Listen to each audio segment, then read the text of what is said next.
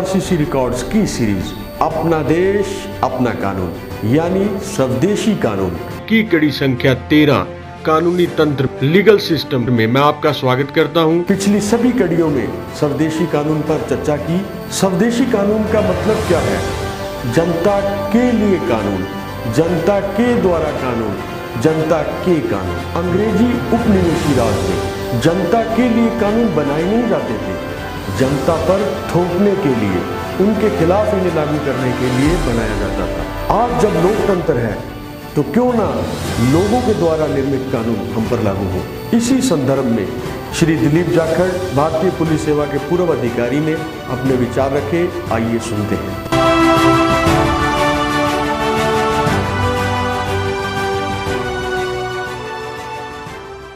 शासन तंत्र और समाज के दो अंग होते हैं। पहला है कानून, जिसे कानून का शासन या कई रूपों में व्यक्त किया जाता है। अब तक हमने उस पर चर्चा की। ब्रिटिश उपनिवेशी शासन और कानून उपनिवेशी हितों पर आधारित था, जिसमें आम जनता के शोषण और दमन की मनोवृत्ति थी। इन कानूनों को हमने विस्तार से चर्चा करके ये पाया कि इन्हें बदलने की जरूरत है। आज हम मुख्य रूप से कानूनी तंत्र पर बात करेंगे। कानून लागू करने वाले लोगों की शिक्षा, चुनाव, भर्ती, प्रशिक्षण और उनकी मनोवृत्ति ये कैसी होनी चाहिए। लोक हितकारी और लोकतंत्र के शासन में इन्हें जनता का मित्र होना चाहिए, लेकिन उपनिवेशी विरासत में जनता के कल्याण की बजाय उपनिवेशी शासकों के कल्याण की बात होती थी और जनता का दमन करके शोषण करने की उनकी मूल इच्छा रहती थी। सारा सिस्टम उस वक्त उपनिवेशी और साम्राज्यवादी था और हम जिस कानून और कानून तंत्र को ढो रहे हैं वो उसी सिस्टम की विरासत है।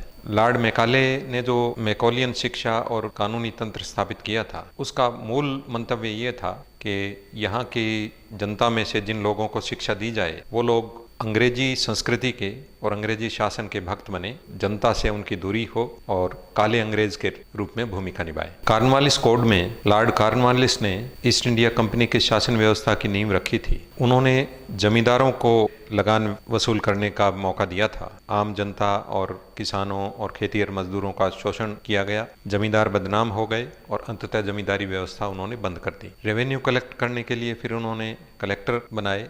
पुलिस, रेवेन्यू कंपनी के कर्मी भर्ती किए। उन पर ऐसी सेवा शर्तें थोपी कि वो जनता का शोषण करें और कंपनी को ये शोषण का हिस्सा दें। इस तरीके से उनका इसके पीछे छिपा हुआ उद्देश्य ये भी था कि जनता इन कर्मियों के खिलाफ हो जाए। जनता और भारत के ही लोगों को, जो कंपनी के सेवा कर्मी थे, उनके बीच में फूट डालो और राज करो का षड्यंत्र रचा गया। आज भी ऐसी ही लेगेसी हम लोग पाते हैं। मैंने अपने प्रशासनिक अनुभव में ऐसे कई अधिकारी और कर्मचारी देखे हैं जो इस तरह की बात करते हैं कि जब साहब से जनता भाई साहब कहने लगे तो हमें ट्रांसफ़र करा लेना चाहिए। इस तरह की सारी कहावतों का, सारी आदतों का अर्थ ये है कि लोक सेवक जो जनता के कल्याण और सेवा के लिए भर्ती किए जाते हैं, उनकी मनोवृत्ति अंग्रेजी उपनिवेशी शासन के चलते, उस विरासत के चलते आज भी ज़्यादातर लोगों की ये है कि जनता से दूरी बनाए रखें। जो अंग्रेजी कल्चर थी, जिसमें अपने रुतबे और दमन की वृत्ति थी, उसको जारी रखा जा रहा है। मैंने अपनी सेवा से VRS यानी स्वैच्छिक सेवानिवृत्ति ली है। इसका एक कारण ये भी है कि मैं जनता के हितकारी कानूनों और कानूनी तंत्र के बारे में अपने विचार व्यक्त करना चाहता हूँ। इस बारे में और विचार विमर्श करके, रिसर्च करके हम लोग इस पर काम करना चाहते हैं। मेरी किताब स्वदेशी कानून यानी लॉ ऑफ लैंड जल्दी ही प्रकाशित होने वाली है। इस विषय पर विस्तार से चर्चा की गई है। 1834 में पहला विधि आयोग बनाया गया था, जिसके अध्यक्ष लॉर्ड मैकाले थे। सिर्फ भारत में ही नहीं, ईस्ट इंडिया कंपनी और उसके बाद के अंग्रेजी राज के 101 देशों और उपनिवेशों पर शासन था। भारत उनमें से एक था। हमारी जो कानून व्यवस्था बनी है उसमें दो पार्ट हैं। पहला तो है कानूनों का। जो कानून अंग्रेज़ों ने हम पर लागू किए थे, उनमें सबसे मुख्य है IPC यानी इंडियन पेनल कोड। भारतीय दंड संहिता 1860 में लागू की गई थी।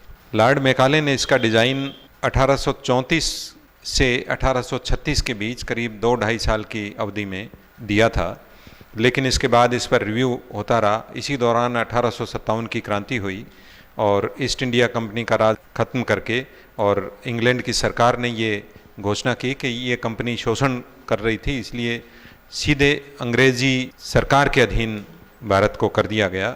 यानी हम एक कंपनी के गुलाम न होकर इंग्लिश सरकार के गुलाम बन गए। इसके बाद इस कानून को और सख्त करके 1860 में लागू किया गया, 1872 में इंडियन एविडेंस एक्ट यानी साक्ष्य अधिनियम, 1908 में सीपीसी यानी civil procedure code, police act 1861, इसी तरीके से जेल के कानून, रेलवे कानून, प्रेस और बुक एक्ट 1867 में बना, जिसमें प्रेस को बंदिश लागू की गई और बहुत से अच्छे पत्रकारों को जो देशभक्त थे, चाहे वो गोखले साहब थे, तिलक साहब थे या गणेश शंकर विद्यार्थी थे, उनको इस प्रेस एक्ट के दमनकारी व्यवस्था के तहत उनको जेल में डाल के आवाज़ को दबाया गया था। इसी तरह ड्रामा और फिल्म परफॉर्मेंस एक्ट 1876 में बना था, जिसमें देशभक्ति की किसी फिल्म, ड्रामा और नाटक और पुस्तक को अपराध करार किया गया था। इस तरह के अनेक कानून जिनकी विधि आयोग ने करीब 200 अंग्रेजी कानूनों की सर्च की है और उनमें से कुछ कानून सौभाग्य से समाप्त हो गए हैं, लेकिन ज़्यादातर कानून आज भी लागू है। हम लोग एक कहावत कहते हैं कि कानून अंधा होता है। मैंने अपनी पुलिस सेवा के लंबे अनुभव से ये पाया है कि अंग्रेज़ों के बनाए हुए कानून अंधे नहीं है, बल्कि उनके तो 4 आंखें हैं, 4 ही नहीं 1000 आंखें हैं। उन्होंने इतनी सूक्ष्म तरीके से शोषण के टूल बनाए हैं जिनमें से हम ज़्यादातर को तो आज तक भी नहीं समझ पाए हैं, और जो लोग इनको समझ पाए हैं वो उन्हें काटने और हटाने में सक्षम नहीं हुए हैं। उदाहरण के तौर पर 1860 की आईपीसी को लें, इसकी तुलना इंग्लैंड की पेनल कोड से हमने की है। हमने एक संस्था बना रखी है, society of law of land, यानी हम स्वदेशी कानून की कैसे रचना की जाए, उनके तहत हमने जब खुद इंग्लैंड के कानूनों से इसकी तुलना की तो वहाँ बड़े जनहितकारी कानून है, लेकिन हमारे यहाँ शोषणकारी कानून लागू किए गए हैं। एविडेंस एक्ट 1872 की बात करें, उसमें एक प्रावधान आज भी है जूरी का।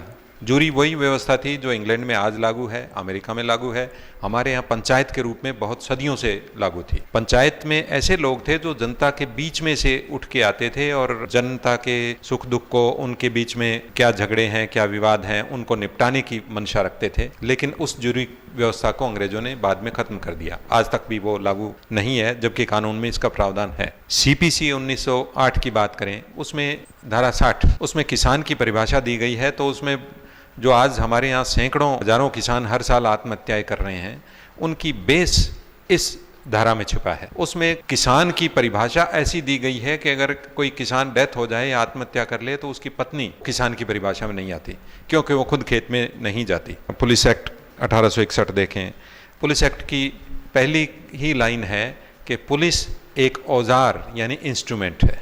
अन्य कानूनों में, चाहे सीपीसी में पटवारी से लेकर चीफ सेक्रेटरी तक हों, साक्ष्य अधिनियम में जुडिशरी के तमाम न्यायिक अधिकारी हैं, पुलिस के सभी अधिकारी हैं, जेल के अधिकारी कर्मचारी, रेलवे के, डाक तार के सभी कर्मियों को शोषण के टूल के रूप में, टॉर्चर टूल के रूप में इन्होंने ईजाद किया था।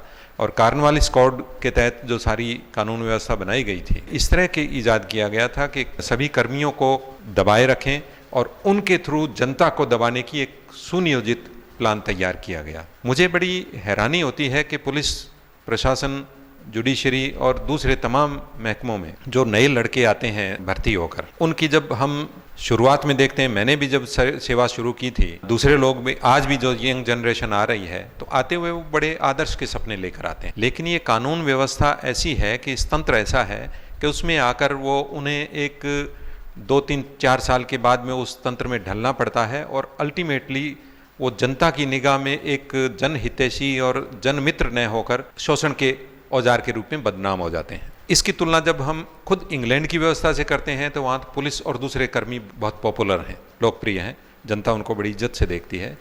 ऑस्ट्रेलिया देखें, अमेरिका देखें, फ्रांस, कनाडा, खास तौर से जापान और टर्की, इन 2 का उदाहरण मैं स्पेशली देना चाहूँगा, जिन्होंने अपने कानून किसी गुलामकारी व्यवस्था से न चुन के दुनिया भर के सारे कानूनों की तुलना करके सर्वोत्तम कानून उन्होंने अपने यहाँ लागू किए हैं। सौभाग्य से हमारे यहाँ भी ऐसी मांग होती रही है। अंग्रेज़ों के टाइम में 1-2 ऐसे उदाहरण हैं।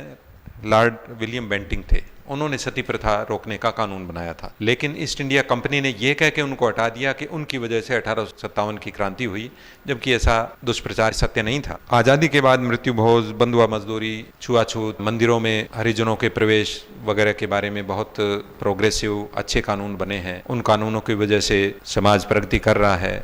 कानून व्यवस्था भी अच्छी हो रही है। कानून व्यवस्था को लागू करने वाले जो लोग आ रहे हैं, चाहे वो छोटे पद पर हों या बड़े अधिकारी हों, अगर अच्छे कानून व्यवस्था बनाई जाए तो वो सभ्य देशों की तरह, विकसित देशों की तरह उतने ही अच्छे अधिकारी और कर्मचारी, लोक मित्र, लोकप्रिय कर्मी साबित हो सकते हैं, जो जनता की निगाह में उनकी इज्जत हो, वो जनता का कल्याण कर सकें। आम जनता को कैसे सरकार बेहतर से बेहतर सुविधाएं दे सकें, चाहे वो कोई डॉक्टर हो, चाहे पुलिसकर्मी हो, चाहे रेल का अधिकारी हो, चाहे जेल कर्मी हो, इनके लिए हम एक कोशिश कर रहे हैं। Society of law of land के तहत हमने एक संस्था बनाई है। हम आम जन के अलावा कानून विशेषज्ञों का, पुलिस अधिकारियों का, जुडिशियल ऑफिसर्स का और कानून के विद्यार्थियों की हम मदद लेने की कोशिश कर रहे हैं।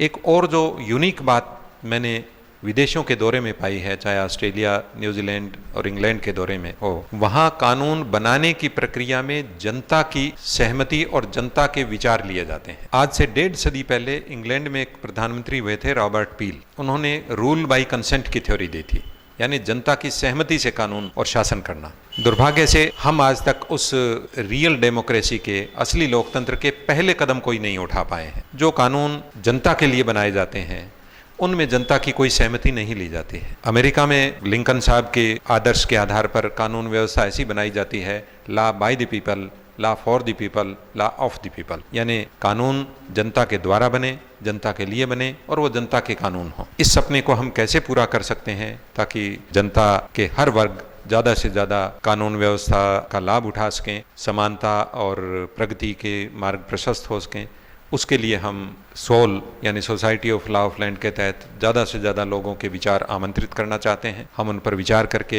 सरकार को, लॉ कमीशन को और कानूनी संस्थाओं को, जनप्रतिनिधियों को हम एक विचार देना चाहते हैं कि कैसे इन कानूनों को लागू किया जाए, अंग्रेज़ों के बनाए हुए शोषणकारी कानूनों को कैसे ख़त्म किया जाए, उनके स्थान पर पॉपुलर कानून, जनता के कानून कैसे लागू किए जाएं। मैं चाहता हूं कि ज़्यादा से ज़्यादा लोग इस पर अपने सुझाव दें। धन्यवाद।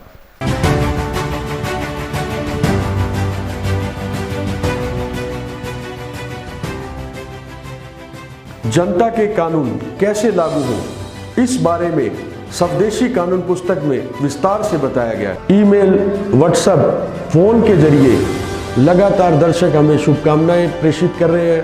साथ ही बहुत से दर्शकों के कुछ सवाल हैं जो आने वाली कड़ियों में श्री दिलीप जी उन सवालों के उत्तर देंगे। जल्दी से चैनल सब्सक्राइब करें, साथ ही बेल आइकन दबाएं।